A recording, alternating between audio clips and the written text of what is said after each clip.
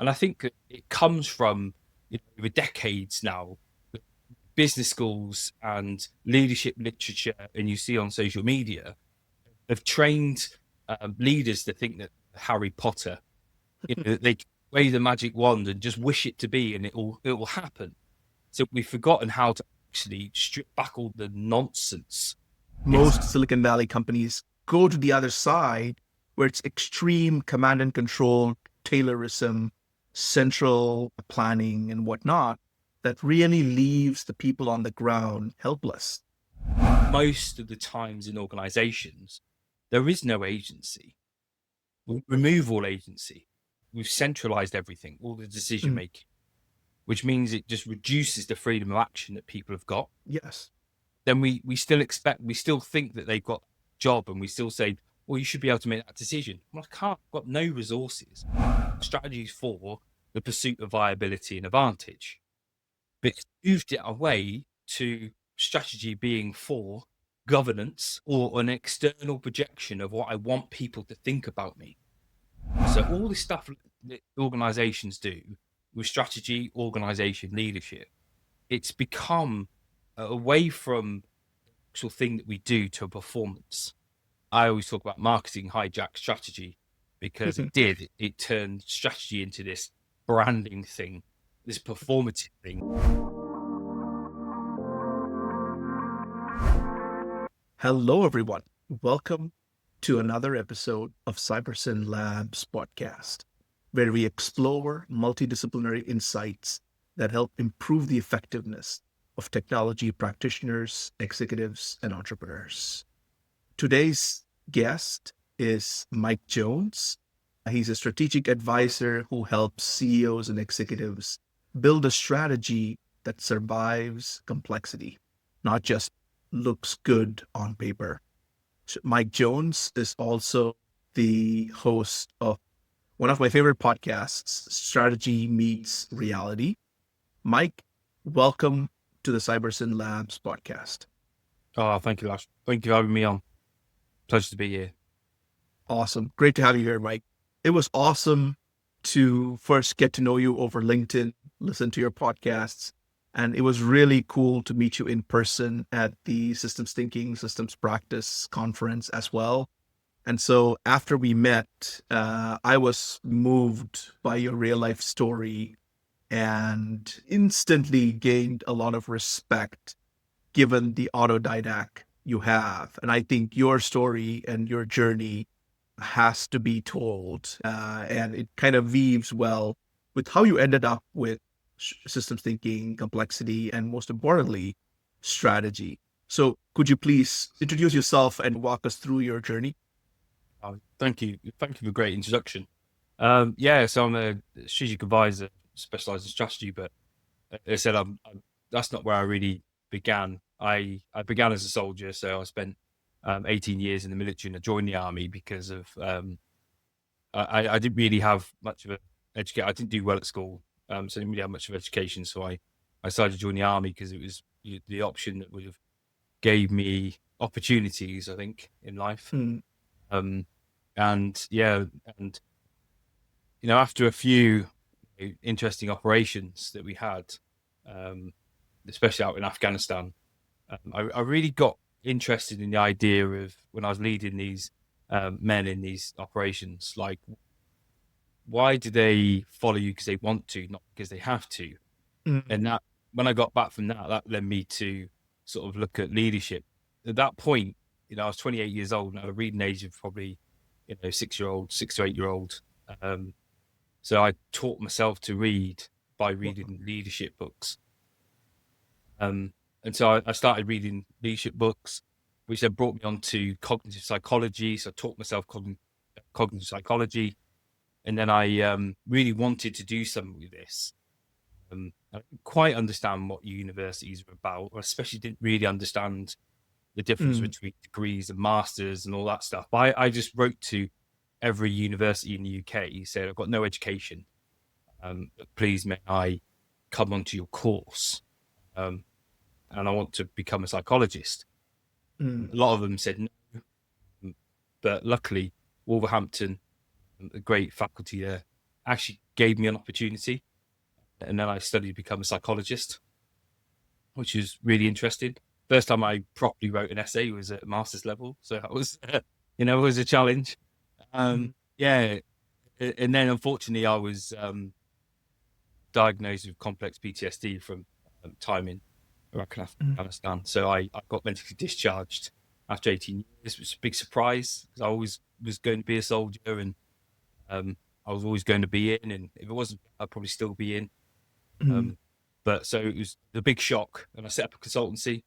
I really know what consultancy were about. I still don't. But I started off in leadership and explored around culture, and I started to realize there was something missing. And I didn't go into strategy straight away because I thought that civilian organizations had strategy now, nothing that the military done would be useful in this sense. But I soon started to realize that wasn't true. And as I realized we were doing a lot trying to take people out of a system, put them back in a system broken, and expect different results. So that's when I moved on to start exploring system thinking. And what really got me into it was when I picked up Patrick Hoverstart and Lucy Lowe's book, Patterns of Strategy. Yes. And I've started to connect what was missing in the civilian world and the military world about strategy, actually how strategy could be. And I reached out to Patrick and Lucy, and they were fantastic. And they introduced me to systems, they mentored me, helped me. So I owe quite a bit to them. Awesome.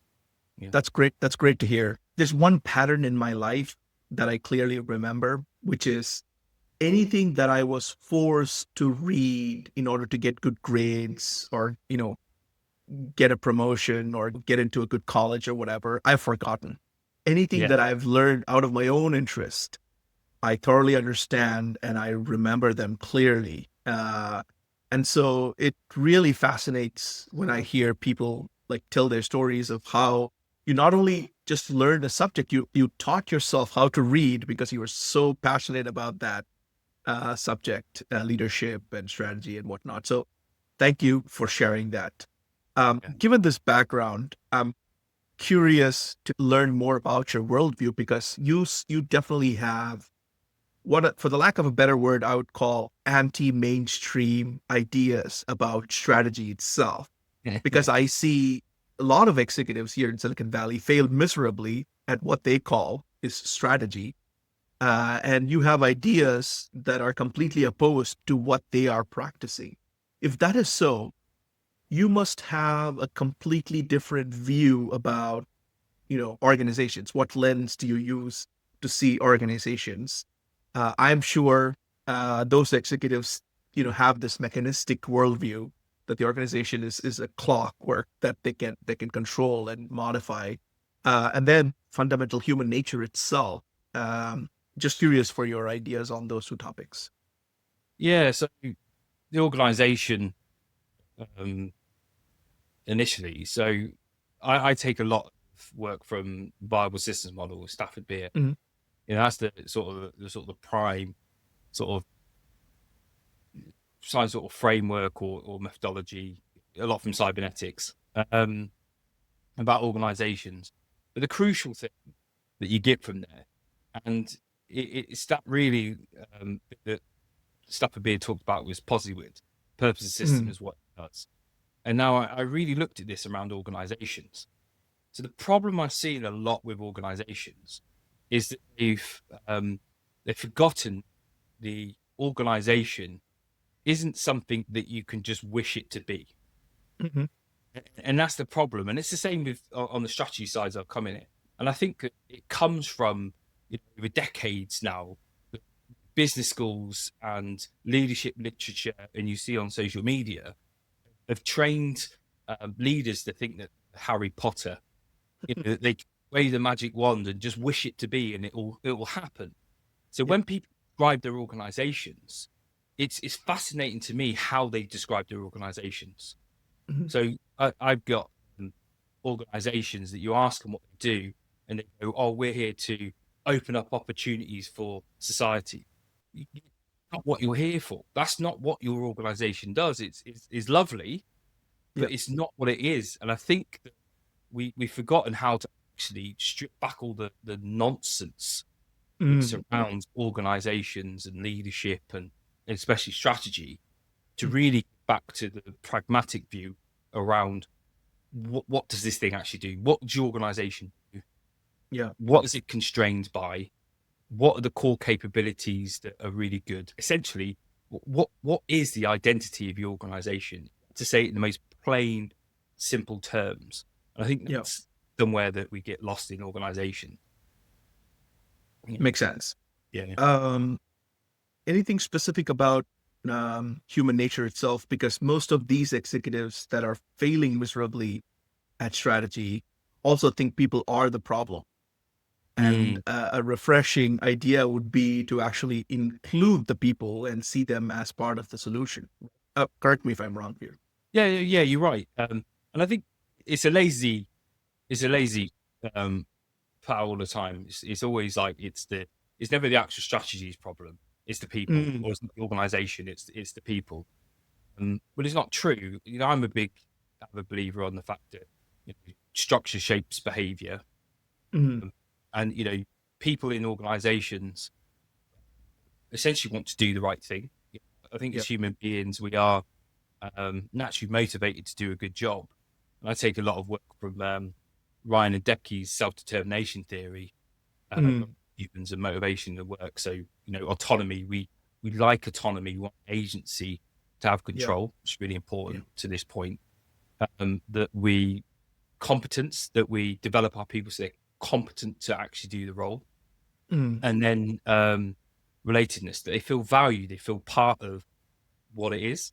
Now, if you think about most of the times in organizations, there is no agency.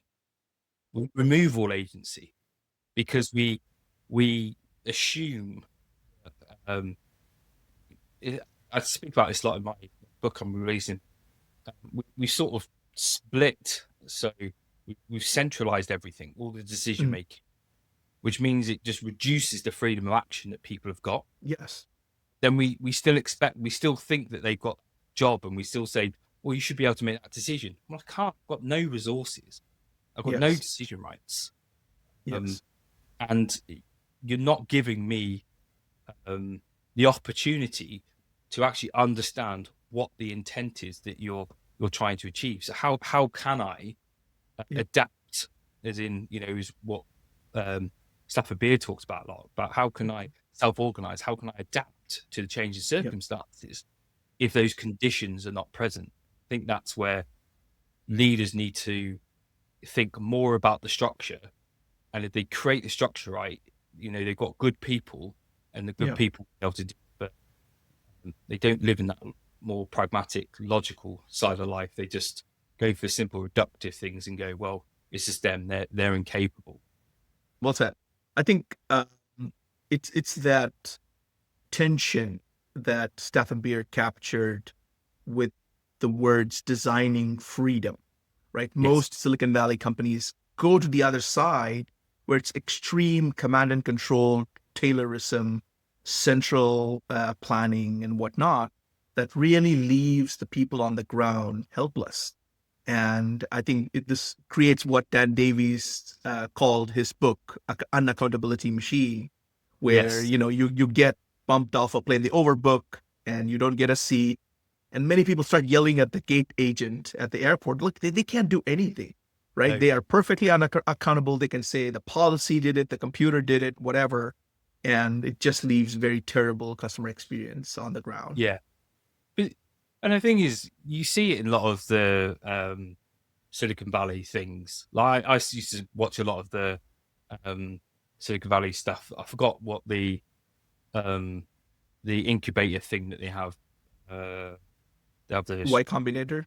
Yeah, Y Combinator and all those. I used to be fascinated by listening to some of the stuff there because it's exactly what we're talking about. They externalize. It's all a performance. So all this stuff that organizations do with strategy, organization, leadership, it's become away from the actual thing that we do to a performance. Yeah. So we can perform that we're doing the right things. And you see it because they're always going, oh, it's all about culture, bro. It's all about culture and that's it. I'm there present for every new person that's coming in. And what it does is it just stinks of this heroism. The leader is the central point. That's it. Yeah. Where not then thinking, actually, it's how you design the organization in actual terms so that people, understand what the hell you want them to do. They have the resources to do what you want them to do. They have the decision rights to do what they do. If you do that, the organization will be able to maintain coherence and adapt to situations. Otherwise, you just get this hero leadership thing where all decisions go up and you get control. You get no balance between control and autonomy. Yeah, absolutely. Absolutely. That's a good segue to kind of talk about the status quo. And I'm coming at it, given that I've been a resident of Silicon Valley for about 15, 16 years. I look at what's happening here when it comes to strategy. And I'm curious for your thoughts and opinions on how we got to now. And from that lens, what do you think is fundamentally broken in mainstream strategy? Why do most strategies fail? And if in your response, I would appreciate if you can kind of talk about these two different segments, which is kind of the early stage startups. And then also this happens in well-established corporations that have been around for a long time. And so do you see any differences in what's broken in both of them?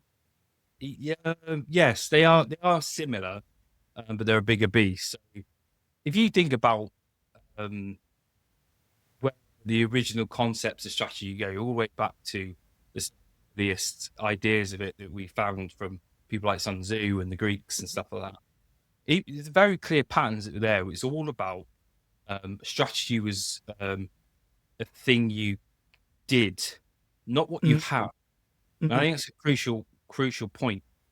And that's what a lot has moved to. But over the time, and also there was this thing where all the leaders would consider three things, and they slightly change over time now. The three things were clear. It was the terrain, it was the enemy forces, and it was the organization, our own forces. It was holding those three intentions and thinking about how do I shape the aim so that it favored our forces over their forces. But I had to have really good understanding of all those three things to be able to work that out.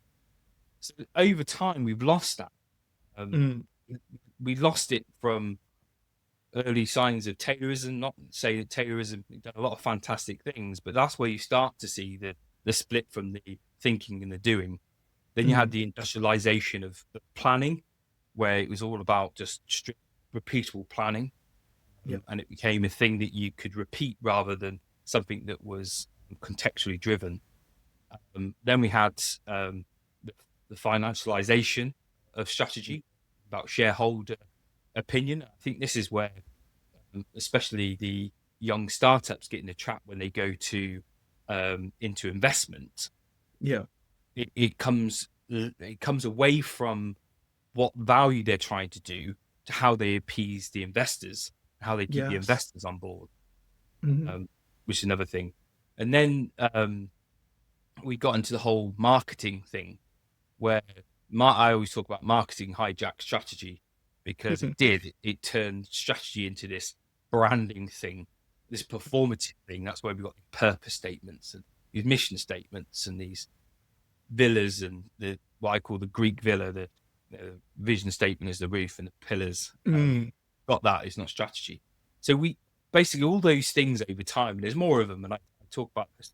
But they what they've done is they removed strategy for what strategy was for. Strategy is for the pursuit of viability and advantage, but it's moved it away to strategy being for governance or an external projection of what I want people to think about me. Now that's a dangerous place. Or a number, like we need to hit this number for next quarter. What's our strategy? And that's what it is. We talk about viability in the sense of what Stafford talk about, but they think viability is numbers. What did we do last time? Plus or minus 10%. That's not going to work nowadays. So for the young startups, I think it's really crucial that they understand, and this is for both, particularly them at the moment, is understand that it's reality first, aspiration after. Mm. So often we're talked about strategy being this aspirational thing, this goal thing, where we talk about where do I want to be, and then we sort of post-rationalize or back-rationalize that into what we're going to do, rather than going, okay, so what am I actually capable of as an organization? What's happening in the external environment, and where do I need to be to achieve fit? From there, you can see what's afforded to you. You're not going to do that if you're living in this dream world where you're thinking you're something else, or you could be something else, and not actually living in reality. For the big, larger organizations, this is where the machine comes in. Now, I call strategy development in a big corporate organization the biggest self-deception tool that there is available, because they created this whole professionalization around strategy development, and they've removed, as the Greeks used to call it, strategos, I think, putting it up on that pronunciation. But really, it was about the strategy was owned and was done by the person, the general. Where now it's not. We have PMO, or pretty much PMOs, that are talking about options and stuff, and they're giving options, and they're removing the thinking away from strategy. It's big machine. And in some companies here, at least in Silicon Valley, like, we have a separate person doing nothing but strategy.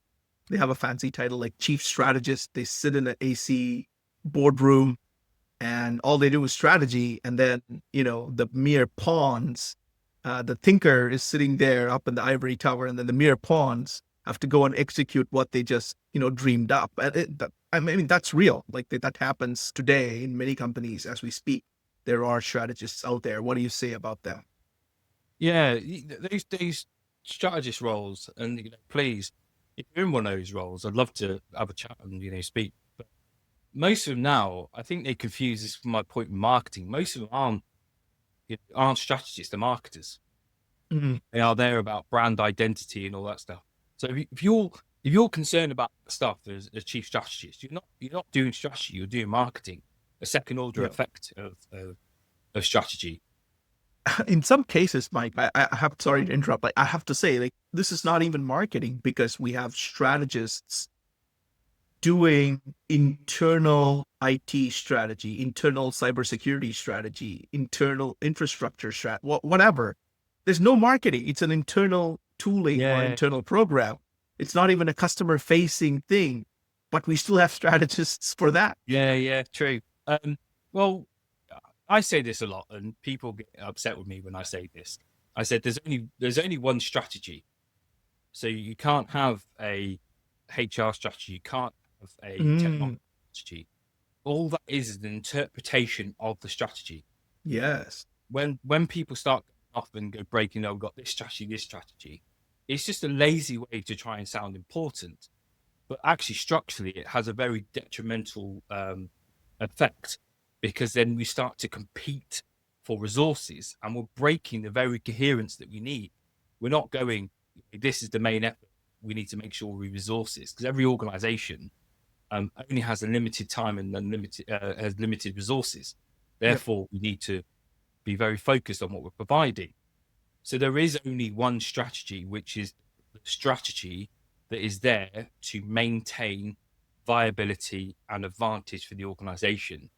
When you come to the next levels, as you talk the fractional level of the organization, that's where they need to have time to understand what that strategy is and interpret it to what it means to them in their organization.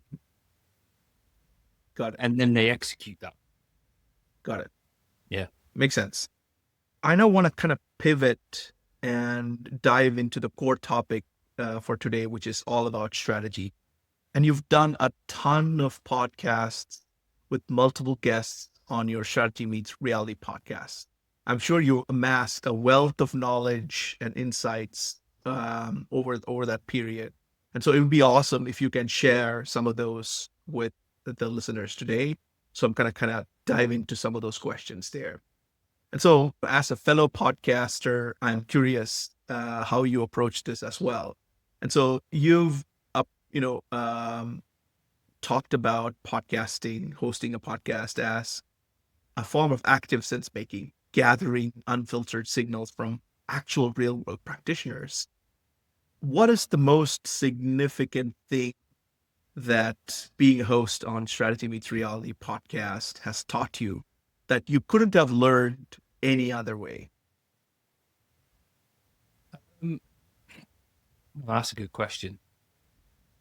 I suppose you can learn it different ways, but for me, it was the pleasure to actually to sit back and generally listen to the different perspectives.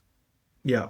I think that that's something that the podcast really gives you, because you're there for an hour and you're intently listening, and that's why I keep things on my podcast unstructured, and it freaks people out because I'm like, there's no questions and no set. I've got no set agenda for the podcast. I just generally want to listen and see where the conversation emerges. Now, what this gives me is a really good honed skill of generally just sitting there, and I have to intently listen because I haven't got any structure. I have to listen to I can't drift off. Yeah. And I think that's what it's really taught me, to generally listen, not just to listen to see the word, really try and pull back and work out what's the meaning, because with different people I'm going to interpret it this different way, but how do I get it, and to understand from your perspective what you're trying to say. So I think it's a really useful thing that's helped me in in my own practice as well. Awesome. That's great to hear. For me, it's kind of similar. I actually kind of lose myself editing the conversation because I intently listen again and again, and I try to kind of write things down that goes along with my newsletter. And I like a newsletter post that goes along with the podcast, basically my reflections and some of the key insights and takeaways for people that don't have the time to go listen to the whole podcast. And it's really the same in essence, like intently listening to what the host is saying. And that really gives you the time to like think about and ruminate on it, and then try to apply that, translate that to your practice. Yeah. Awesome. I find myself sometimes when I'm listening back, what I'll do is I've got the soap back. I put it on speaker. I just sit there with my eyes closed, and I'm just generally just listening, which I think is really useful. Awesome. So after many episodes, you did a solo reflection where you concluded that strategy fails first in perception, not execution. And I'm curious, which guest or conversation or set of conversations directly forced that shift in your thinking, and what kind of cracked it open? I don't think there's a particular guest, to be fair. There is a guest that I've had on, Johanna Bari. He's a Swedish officer. He's a great bloke, and we've often we have chats where we just go and spit ideas, non-judgmentally, just spit ideas. And he's really keen on this. So I think maybe some of the stuff's come from that. Of course, my podcast with people like Patrick really helped. I know Eric Sean helped a lot of this, because he's great at translating strategy from, especially around Sun Tzu's time, around Qi and all this stuff. So I don't think there's a particular guest, but I think it's a culmination of a lot of the stories that we start to see that there's always going to be that challenge, because we are individuals in a collective system. Yeah. And because we're individual, we all perceive things very differently through our own personalities, stress, emotions. But when you come to organizations, we also hold this baggage as well from not only our function. So we're going to look at it from the perception of what demands are on me, but also the path dependency, the decisions, the history that I'm bringing with that. And I think that's really important that we understand that when we're trying to have this, because you see it all the time. People will use terms interchangeably and think we're talking about the same thing, but they're wildly different. Yeah. And we just nod and agree because we've taught ourselves in organizations, progress is about consensus. Yes. And even the word strategy itself doesn't mean the same thing to all of us. No, it doesn't.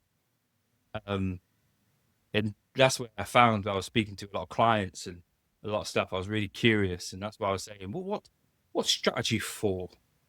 And one question is a simple question, but it opened up such a difference in what actually people thought the strategy was for. Yeah. And that was really insightful, especially for me writing the book. Yeah. Yeah. And I'm sure it's not just the guests, but even in your own practice and your professional experience as well, that you see how strategy fails already in perception. You don't have to you don't have to talk to people. You just know, you feel it. If you're in a large corporation, you kind of know what the leaders are talking and what's actually happening on the ground because you're on the ground. Awesome.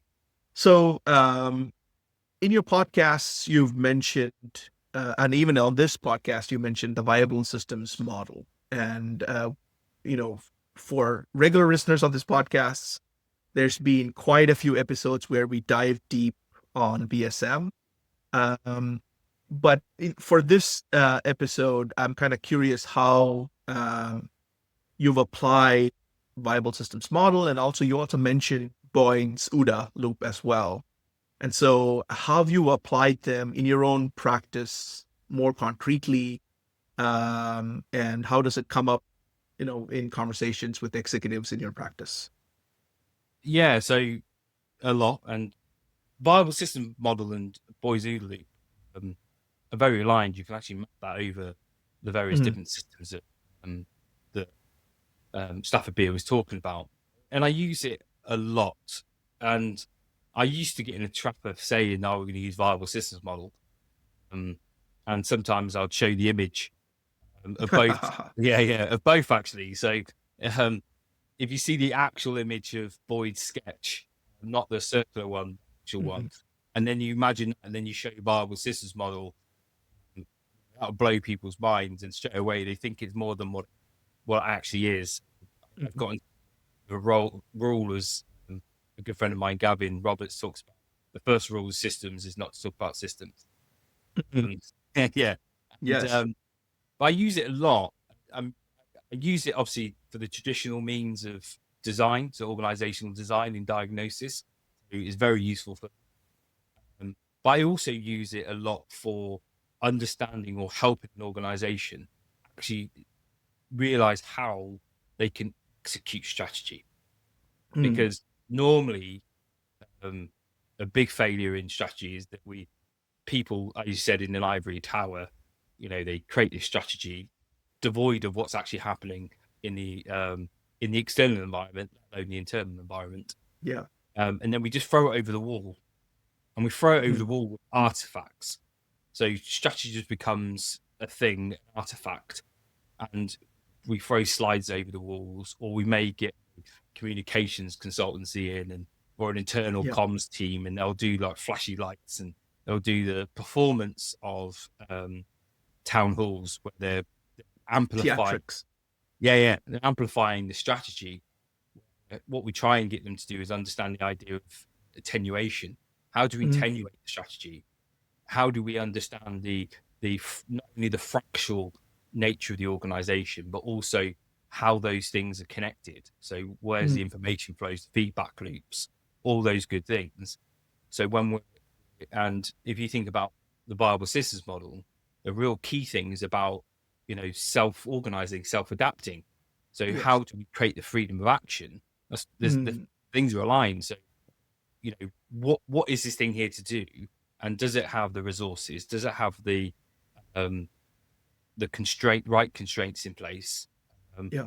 and does it have the decision rights? And if you've got that, Mm, then they can adapt as the circumstances change, rather than if they don't have those things. That's where you see that it starts to crumble, because then it has to go up and up the different levels, and it doesn't work. So I think I probably most use the viable systems model to yeah. actually work out how we can bring in execution of the strategy, changes, innovations into the organization, whilst maintaining um, stability, or not to destabilize the organization, what tends to happen when people do strategy or changes. Yeah. Awesome. I'm intrigued by this term, organizational dissociation, that you talk about, the gap between what leaders want to be true and what the environment will actually allow. And from a cybernetics perspective, that looks like a broken feedback loop from its environment. Can you say more about it, and what can a executive do to restore it